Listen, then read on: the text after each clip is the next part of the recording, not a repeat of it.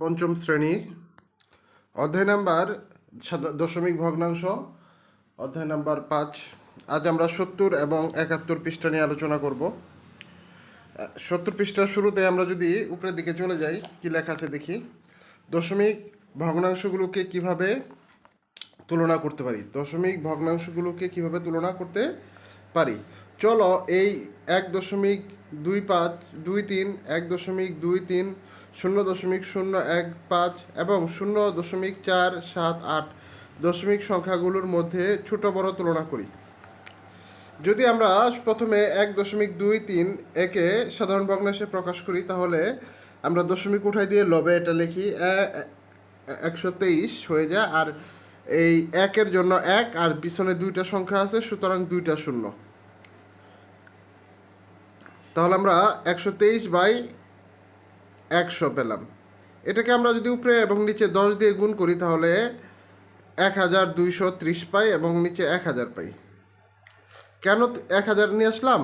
কারণ হচ্ছে এখানে দশমিকের পর 1, 2, 3 সংখ্যা আছে, অর্থাৎ এখানে আমরা একের পিছনে 3 সংখ্যা নিয়ে আসবো। সবগুলা যেহেতু কম্পেয়ার, তুলনা করতে হবে।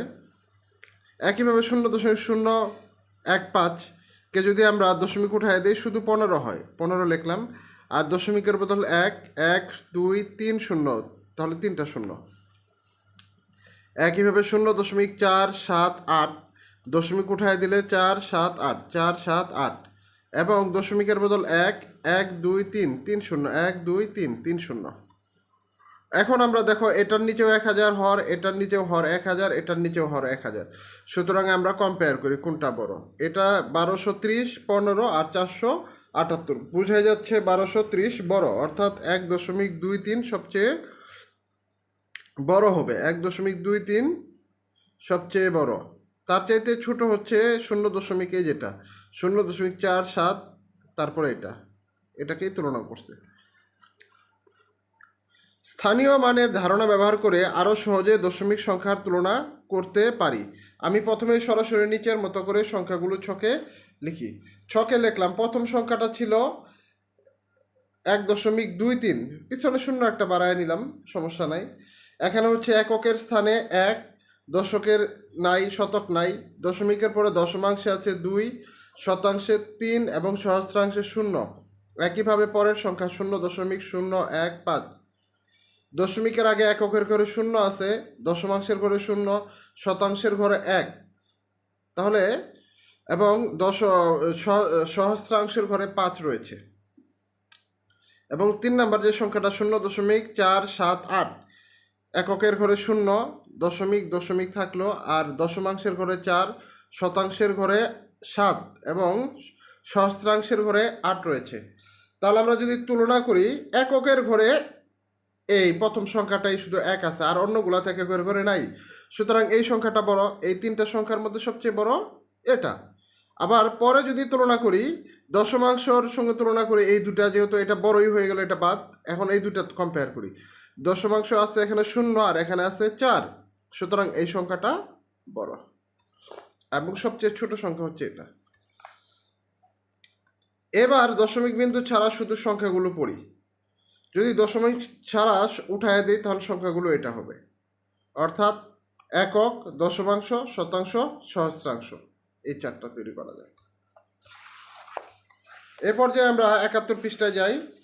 দেখো, ওই কথাটাই বলতেছে, দশমিক উঠায় দেওয়ার ফলে এটা হলো 1230, আর এটা হলো 15, এটা হচ্ছে 478, অর্থাৎ 1230, 15 এবং 478 এই 3টি সংখ্যা পেলাম। যেহেতু এখানে 15 সবচেয়ে ছোট, 478 তার চাইতে বড়, তার চাইতে বড় হচ্ছে 1230, সুতরাং 0.05 এর চাইতে বড় হচ্ছে 0.478, এর চাইতে বড় হচ্ছে 1.23। তাহলে আমরা এভাবেও দশমিক ভগ্নাংশগুলোর তুলনা করতে পারি। স্থানীয় মানের, বোঝা গেল?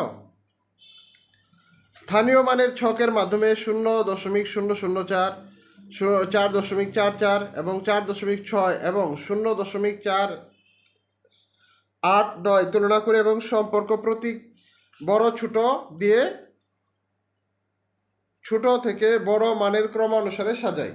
তাহলে দেখো, প্রথম সংখ্যাটা লিখি, 4.044, অর্থাৎ এককের ঘরে 4 রয়েছে, দশমিকের পরে দশমাংশে 0, শতাংশের ঘরে 4 এবং সহস্রাংশের ঘরে 4।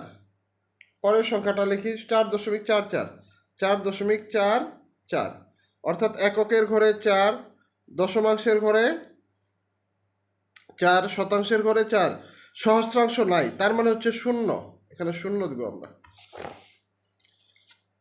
একইভাবে 3 নাম্বার শেষ সংখ্যাটা আছে 4. এরপর যে আমরা 3 নাম্বার সংখ্যা 4.6, 4.6 লিখলাম। দেখো এখন এককের ঘরে 4 রয়েছে, দশমিকের পরে দশমাংশের ঘরে 6, শতাংশ নাই মানে 0, সহস্রাংশ নাই মানে 0। আচ্ছা, এখানে 1, 2, 3, 4টা সংখ্যা সম্পর্ক আলোচনা করছে, কিন্তু এখানে আমাদের ঘর আছে 1, 2, 3টা। আরেকটা ঘর আমরা এটা ভুল করে এরা বইয়ের ভিতরে দিতে পারে না, আমরা বানিয়ে নিই আরেকটা ঘর যদি বানায় নেই তাহলে এটা হবে 0.489, 0.489, অর্থাৎ এককের ঘরে 0, দশমিকের ঘরে দশমিক থাকলো, দশমাংশের ঘরে 4, শতাংশের ঘরে 8 এবং সহস্রাংশের ঘরে 9। ওকে, দশমিক বিন্দু না বসাইলে 4044, অর্থাৎ আমরা এটা লিখতে পারি 4044।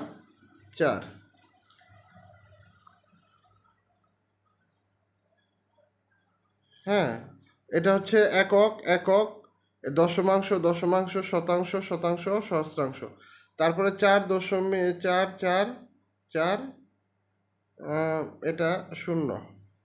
তাহলে আমরা এটাকে কি লিখবো? 4440। পরেরটা হচ্ছে 4.600, দশমিক নাই, তার মানে এটা উঠাই দিলাম 4, আমরা লিখতে পারি 4600। আরেকটা ঘর বাড়তির কথা বললাম না, এই দেখো 1, 2, 3টা ঘরে দিছে, কিন্তু আমাদের এই লাস্টের সংখ্যার জন্য তো কোনো ঘর নাই, এটা বইয়ের মধ্যে এরা প্রিন্টিং মিস্টেক করছে। তাহলে আমরা 0.489 লিখলাম, দশমিক বাদ দেই, তাহলে 0489। অর্থাৎ দেখাই যাচ্ছে এগুলার মধ্যে সবচেয়ে বড় হচ্ছে, সবচেয়ে ছোট, প্রথমে ছোট থেকে শুরু করি, এখানে যেহেতু ছোট চিহ্ন দিছে তাহলে সবচেয়ে ছোট কোনটা? এই যে 0.489, এইগুলার মধ্যে ছোট হচ্ছে এটা না, প্রথমটা, তাহলে 4000, তারপরে আছে এটা 440, তারপরে লাস্টে এটা 4। এখন আমরা যদি মূল চলে যাই, এটার একক কি ছিল? এটা ছিল 0.489, আর এটা হচ্ছে 4.044, এটা ছিল 4.44, শূন্য বসানোর দরকার নাই, আর এটা ছিল 4.6।